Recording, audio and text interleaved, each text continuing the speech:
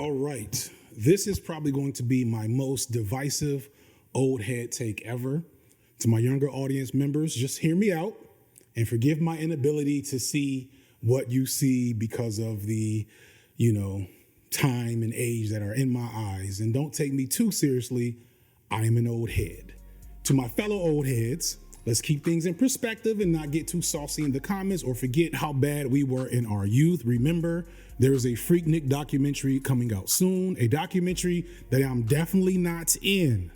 Seriously, I was only like 12. Stop with that rumor. It's not true. Okay, so the health of hip hop has been a conversation over the past couple of years, and just like the fact that it feels like hip hop in the mainstream, so not your, underground stuff, but like your top tier or allegedly top tier, star rappers aren't as big of stars as they were 10 years ago. And it doesn't seem like hip hop has been able to reproduce any new stars. Sales and streams aren't what they used to be. Concert attendance for newer mainstream artists like Lil Baby are down as a whole. And hip hop just seems like it's being pushed aside by pop and Afrobeat. And the only rappers still seeing consistent success are rappers who are making less pop relevant music like Jid or the guys and girls from Griselda or fucking Jack Harlow and the women. So let me tell you how this video idea came about. It's new music on Friday, and I'm skimming through to see what's good, and I hear Lotto's new Sunday Service song, and it's heat. I'm not a huge Lotto fan, but one thing I gotta give her is that among all of the ladies who have entered the game in the last couple of years, she's probably the most proficient rapper and lyricist out that wave. The shit went hard. That detail is important, by the way. Then after that, in the mix, one of these new little young niggas came on, one of the 3-letter rappers who I definitely didn't have to look up after the fact. And I say that partially as a joke, but also honestly because one of the things I realize about the new little young niggas is that almost all of them sound alike right now. The influence of Kanye, Future, and Drake has truly got a lot of these next-gen rappers in a chokehold, because almost all of the major stars in hip-hop right now are doing this sing-songy, auto-tune triplet flow. And I know I'm an old head, but it's getting old to me. When I say that I really can't tell the difference between Gunna, Lil Baby, NLE Chopper, Yeet, they all sound so similar to me, but more significantly, they all sound, and I don't want people to get the wrong idea when I say this, they all sound soft. And I want to be clear, this is not some endorsement of the regressive effeminization of black man rhetoric here. I don't mind soft, and I'm a fan of plenty of soft music. Further, hip hop has always had the capacity for softness. Well before Drake, there was Arrested Development, PM Dawn, many others. Rappers like LL Cool J would purposely vacillate between softer sounds and more traditional hip hop. Andre 3000 brought us plenty of softness in his later years, and then just came back with a whole album of flutes. So that's not an issue by itself, but it does mean that a certain essence from hip hop is missing from the men rapping who are those mainstream figures right now. See, after I heard the new little young nigga song, this new Glorilla came on, and I swear I was transported to 1999. It was listening to some Project Pat in a football locker room. It goes so hard, and this song has been in heavy rotation for me since. And then it hit me. The new little young niggas don't know how to rap, but the ladies do. Think about it for a second. While Young Thug and Lil Uzi Vert were becoming stars doing that singy thing in our ears, and to be clear, making some amazing music. I like both of those artists. The women who were still trying to fight for the one spot that hip hop had for them at the time were learning how to bar, or at least working with men that wrote real bars for them. The generation of male rappers right now were listening to Future and Kanye, but the generation of female rappers right now were all inspired by Nicki's verse off Monster. And if you think about it, all of the female rappers, the main ones, are delivering bars. And yes, the bars are about shaking ass and getting money from men and ratchet stuff, but they're still being delivered with conviction and bravado and gravitas. They sound confident. They sound committed. They sound like a star putting on a show. That's the energy that made hip hop the major force it is or was. The fact that rappers came out and wanted to move the crowd and show that they were the best rapper, and further, they had to. Back in my day, a rapper could not become a big star without learning how to put on a great show first. Because the thing that got you on was a performance, maybe at a small club or a talent show or a cypher, or you might get a meeting with some record execs and they would just straight tell you in the meeting, okay, now rap. And you had to be ready to spit like your life depended on it. But now, because of discovery in these algorithms for these streaming services, there's a literal machine recommending what is and isn't good. And a lot of rappers never learn this skill of performing or really being enthusiastic about their music, and it shows in how people talk about their concerts when they go or when they don't want to go. And I want to be clear, there's good and bad to this old system versus the new system.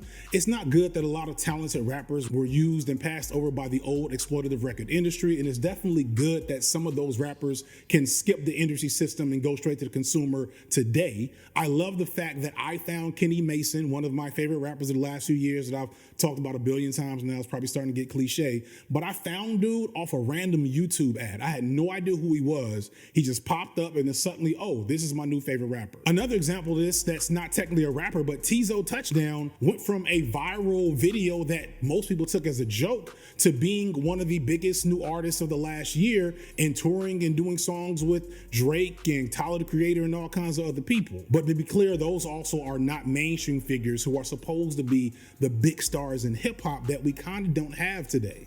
The biggest stars today are Cardi, Megan, Ice Spice. She kind of throws off my whole argument. So we just gonna take Ice Spice. All right. But my point is, aside from the musty, scaring the hoes type rappers that I'm always on the check for, and older mainstream acts like Kendrick, Cole, 21 Savage, etc., the new people I check for are these new women, because they are rapping with the essence and intensity that I'm used to in hip hop. While so many of the young men are all, again, doing this passive, drowned out sounding stuff that I'm sure might hit different in some capacity, maybe if you're inebriated or on these different pills and drinks that they say they do in their songs.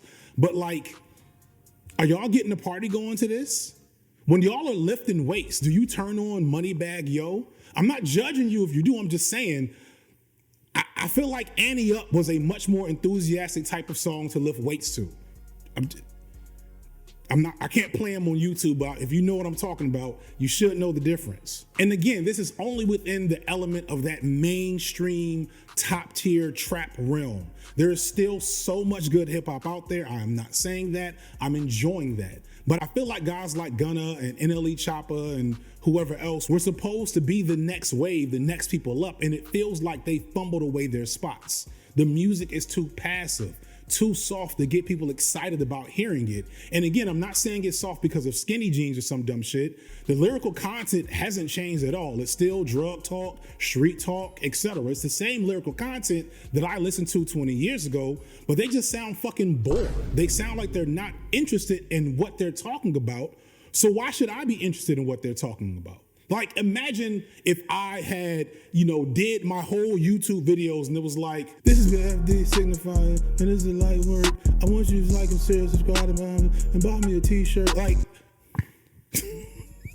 I'm just saying, imagine if I did my videos with the same amount of energy that they do their songs. Nobody would care about my videos if it doesn't seem like I care about my videos. But that's how these new little young niggas sound. They sound like they don't care. But Jid cares and Lotto cares. Ice Spice, bless her heart. She been hanging out with Taylor Swift. I'm sure there's a bag there somewhere, because until she learns another flow, I don't know how much longer we got with you, girl. But I'm wishing you the best. But again, as I always say, there's plenty of good hip hop to focus more on.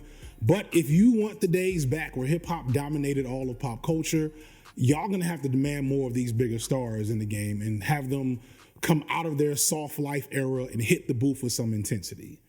I'm FD Signifier, and this has been Light Work. One last news story regarding hip hop was this goofy nonsense I heard about the Democrats launching a hip hop task force to address racial inequality. Now look, I'm still a believer in the radical and revolutionary potential of hip hop. Music has always had a strong relationship with social struggle, but the Democrats also have a strong, long history of trotting out silly initiatives like this that play at providing support for Black communities but never actually provide said support. This quote from the article posted on thehill.com gave me some red flags. academics. We want artists to constantly be talking to lawmakers about what they're going through in their communities and what's happening in their communities, so lawmakers can understand that hip-hop artists come from the most marginalized, neglected places in our country. And yeah, I really feel like the days of popular rappers being spokespersons for their communities are over. Interestingly, this story is not really being reported on the more left-leaning spaces online, which makes sense because I think more left-leaning people would look at this story as another nothing burger from Democrats.